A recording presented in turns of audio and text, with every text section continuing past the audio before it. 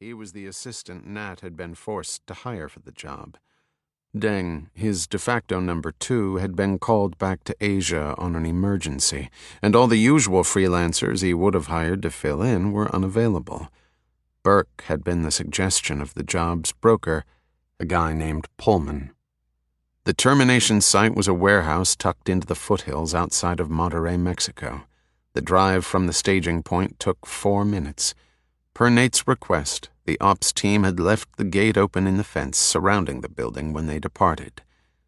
"Stick to the plan," Nate said, slowing the van as he drove onto the property. "No conversation. You need me, you get my attention some other way." Burke waved a dismissive hand. Yeah, I got it." Nate pulled to a stop near the loading dock and killed the engine. Out of habit, he tugged on his gloves to make sure they were snug on his hands, then nodded at Burke. Staying inside the vehicle, they moved into the back. As they'd discussed ahead of time, Burke picked up the roll of black plastic sheeting while Nate donned the clean kit, a backpack with all the tools needed to do a proper job. Nate grabbed the handle on the back door but paused as he glanced at his temporary employee. "Ready?" "Of course. Come on." 5 minutes. No more. I know. Let's get this started." If Nate hadn't already decided this was going to be the only time Burke worked for him, the man's eagerness would have sealed the deal. Nate was a cleaner, and his was a cool, calm business, not something that should be considered exciting. That's when things were missed, and mistakes were made. Per the mission briefing, the building was supposedly secured only by an alarm system that the ops team had disarmed when they first arrived.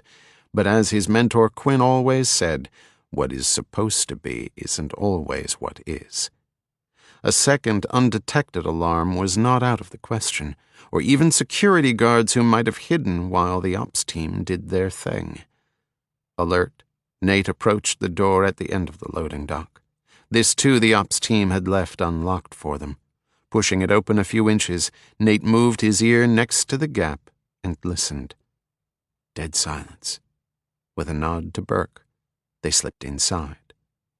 The main warehouse area was a larger room filled with rows of neatly stacked boxes and crates. The overhead fluorescents were off, but a dozen scattered safety lights were still lit, giving the two of them more than enough illumination to find their way around. The area they were interested in was a quarter of the way down the third aisle. Nate signaled for Burke to wait at the end, then headed quickly between the boxes alone so he could make sure everything was as expected. The body lay on 3 thick layers of cardboard in a nook created within a row of boxes. Nate had been the one who prepared the flooring the previous evening, putting plastic sheeting between the cardboard layers and the floor to prevent blood from leaking onto the concrete. He'd also installed the boxes at the back of the nook, none of which contained the liquid soap or paper plates the rest of the containers held. Instead, each had been filled with a lightweight material that was deceptively strong and very adept at stopping projectiles. He did a quick scan and spotted the bullet hole in a box just off center, second from the bottom, and was confident the bullet would be inside. As for the dead man, Nate had no prior knowledge of his identity, nor did he recognize him now. That was often the nature of the job. For whatever reason, someone had decided the man needed to be eliminated. Nate's only concern was getting the body out and leaving behind no trace that anything happened. He signaled Burke to join him. The first thing they did was to roll up the body in the cardboard flooring, then package it all in a double layer of black plastic. It would be heavy to carry, but doable.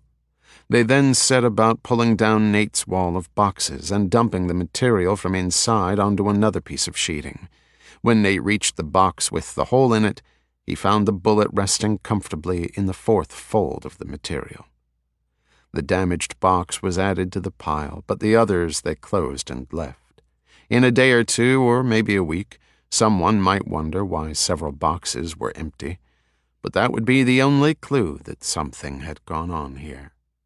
They carried the discarded materials out to the van, then returned and did the same with the box. To keep listening to this audiobook, I've left you a link in the description so you can do it at no cost thanks to Audible's 30-day free trial.